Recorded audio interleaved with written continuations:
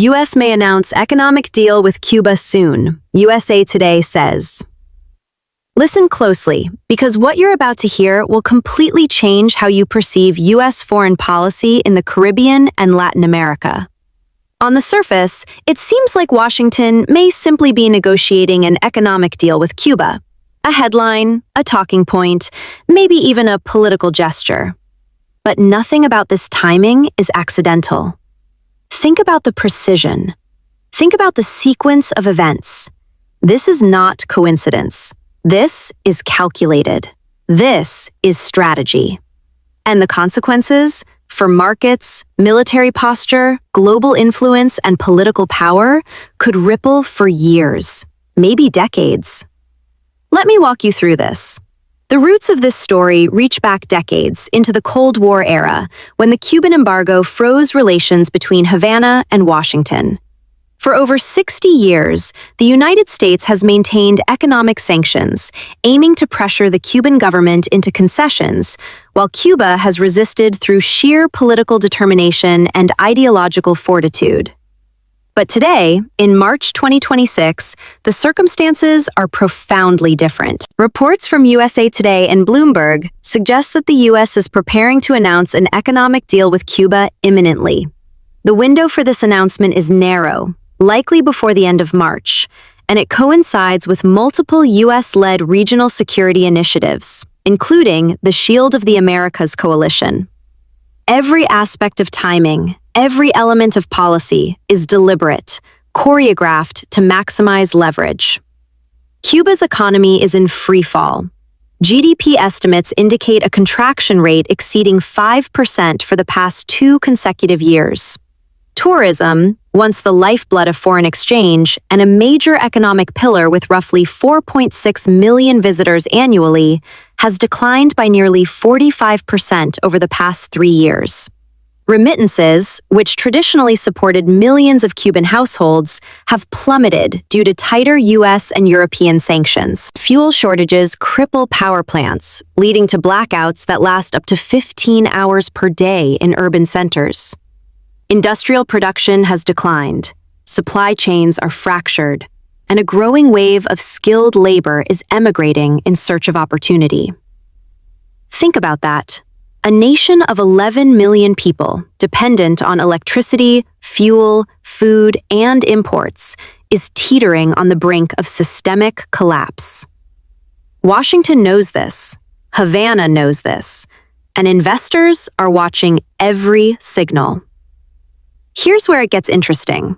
The proposed U.S. package reportedly includes selective easing of sanctions, allowing partial access to U.S. financial systems, energy imports, and entry points for U.S. companies into critical infrastructure, including ports, energy networks, and tourism sectors. Cruise lines, energy corporations, logistics firms, and even agricultural exporters see potential profits totaling billions within the first 12 months alone.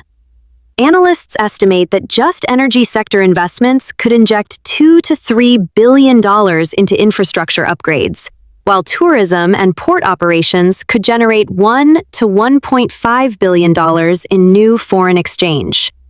This is not philanthropy. This is strategic leverage. Political strategy is intertwined with economics. Sources indicate Secretary of State Marco Rubio is personally engaged in negotiations with Cuban officials, including President Miguel Díaz-Canel. Early reports suggest that part of the deal could include guarantees regarding leadership continuity or managed political transitions, ensuring that Havana's decision-makers remain aligned with U.S. objectives even as economic dependency grows. By tying Cuba's survival to Washington's economic decisions, the U.S. is embedding influence into the very DNA of Cuban governance. Think about that. A historically adversarial state suddenly tethered economically and politically to the United States, dependent on American capital, technology, and policy decisions. Let's connect the dots to regional security. The deal is timed with the launch of the Shield of the Americas initiative, a U.S.-led coalition addressing narcotics trafficking, illicit networks, and foreign influence in Latin America. Announced in early March, just days before the potential deal, This initiative signals that economic diplomacy and military strategy are being conducted in tandem. U.S. intelligence has reportedly flagged Cuba as a choke point for illicit trade routes, energy shipments, and migration flows. By integrating Havana into formal economic channels, the United States simultaneously secures geography, markets, and strategic leverage. Who benefits financially? U.S. multinational corporations are immediate winners. Energy firms gain access to refineries, pipelines, and critical infrastructure. Shipping and logistics firms secure key ports, controlling a major artery in Atlantic trade. Tourism operators can exploit Havana's hotels, beaches, and historic districts, unlocking new revenue streams.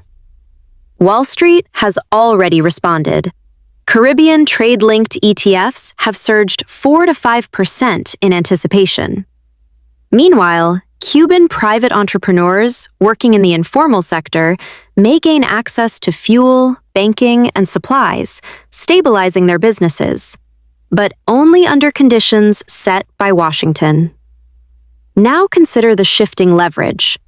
Cuba's traditional allies, Venezuela and Nicaragua, are unstable or politically compromised. Russia offers rhetorical support, but lacks the economic means to counterbalance U.S. pressure. China is expanding influence across Latin America. Yet, the U.S. moves first, carefully aligning incentives and constraints. Cuba's domestic challenges, energy shortages, workforce emigration, dwindling industrial capacity, create a dependency that Washington can exploit. This is not theory. It is deliberate geopolitical pressure. Let's project 3 to 6 months forward. If the deal is enacted, Cuba's economic dependency on the United States will grow exponentially. Investments will stabilize ports, energy grids, and tourism. But these stabilizations create political leverage, effectively tethering Havana to Washington.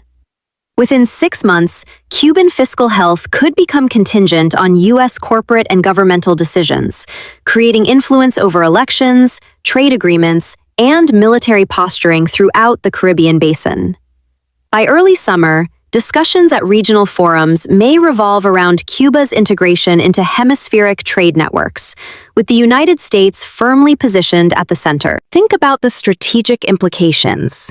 This is not just Cuba. It is a message to Latin America, Europe, China, and Russia. The United States is signaling that it can impose pressure, negotiate openings, and convert dependency into alignment, reshaping perceptions of global influence with financial, military, and diplomatic consequences that ripple far beyond the Caribbean.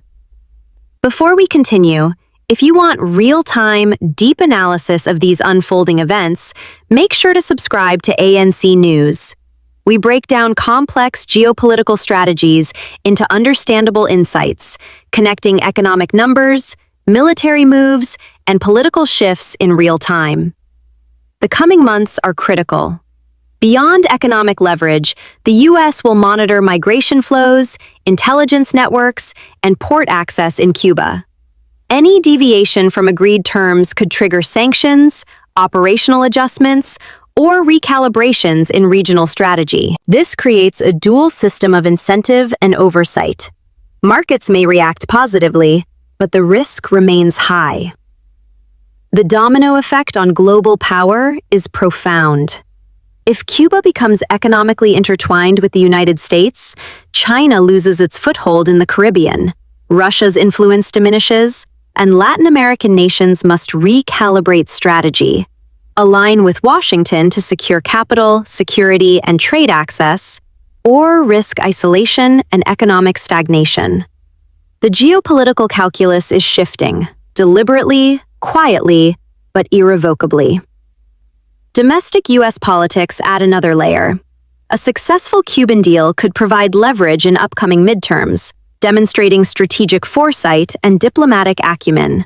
The timing suggests deliberate alignment with electoral cycles, using international negotiation to reinforce domestic political positioning. Think about that. The United States is not simply negotiating an economic deal. It is embedding influence, establishing dependency, projecting power, and controlling narrative, all under the guise of economic policy. Is this stabilization or strategic containment? The distinction is critical. Risks remain: domestic Cuban resistance, populist backlash, international scrutiny, and unpredictable market volatility could derail the plan. Yet the involvement of high-level actors, the precise timing, and synchronized initiatives point to deliberate, high-stakes strategy. The chessboard extends far beyond Havana. Caribbean trade routes, energy infrastructure, migration corridors, tourism flows, and military positioning are all interconnected. The domino effect could create influence zones across Latin America, reinforce U.S. naval presence, and project power indirectly in areas where direct intervention would be politically or militarily costly. This is soft power, combined with hard economic leverage and strategic foresight. Cuba is the first move. The second, third, and fourth moves could involve hemispheric trade pacts, security alliances, or energy agreements throughout Central America. Leverage established in the coming months may determine U.S. influence well into the 2030s. History will likely regard this as a pivotal moment, but in real time, it is subtle, high risk, and complex. For viewers following ANC News, timing, numbers, and strategy are inseparable. This is not a simple deal. It is a calculated exercise in economic pressure, political leverage, and hemispheric dominance. Markets, diplomats, and policymakers will all be forced to respond. And this is just the beginning. The geopolitical chess match is accelerating. Each move by Washington, every concession by Havana, and every reaction from Beijing, Moscow, and regional governments will alter the board. The next 6 months will be decisive, but the consequences will last decades. ANC News will be there, tracking every maneuver, analyzing every statistic, and revealing the real story behind every headline. The game is on. The stakes are monumental, and this geopolitical chess match is only getting started. This is the first ripple in what could become a transformative reconfiguration of Western Hemisphere geopolitics, a carefully calculated sequence of economic and political leverage that the world may only fully comprehend in hindsight. As Havana struggles with blackouts, migration waves, and fiscal collapse, Washington positions itself to extract influence, not just profit. By selectively opening access to capital, energy, and ports, the United States may create dependency that translates into long-term strategic control. Think about that. Every shipment, every dollar, every tourist dollar entering Havana could be indirectly shaping political decisions, ensuring compliance and alignment with U.S. regional objectives.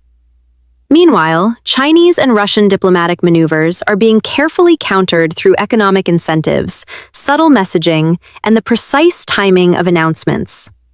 Latin American neighbors are watching, weighing alignment options, and assessing which side of the new hemispheric balance of power will secure investment, trade, and security guarantees. The dominoes are stacked, the timeline is synchronized, and the players are moving in lockstep. Over the next 3 to 6 months, the consequences will become tangible. Port operations could be controlled indirectly by U.S. firms, energy grids upgraded with U.S. technology, and tourism fully reintegrated under economic frameworks that benefit American interests. By the end of the year, Cuba may emerge as an economic client state, politically pliable and strategically aligned. Not through direct conquest, but through financial leverage, market dependence, and careful orchestration. The implications extend far beyond the Caribbean. This could reshape Latin American politics, signal U.S. dominance to Europe and Asia, and create a template for influence without military occupation. A form of strategic projection that blends economics, diplomacy, and covert power. And remember, the midterm elections add urgency. Demonstrating effective foreign policy now may influence domestic political narratives, bolstering positions and providing leverage in Washington's internal power dynamics. Every decision, every dollar, every concession is part of a broader calculation. And this is only the opening act. The world must watch closely, because once these moves crystallize, the consequences will be both immediate and long-term. ANC News will continue tracking every development, breaking down the numbers, analyzing the moves, and revealing the strategy behind the headlines. The game is on, the stakes are high, and the world is watching. Thank you so much. Please make sure to like and subscribe. And yes, inshallah, you will get new news every day. Just subscribe to the channel. Thank you.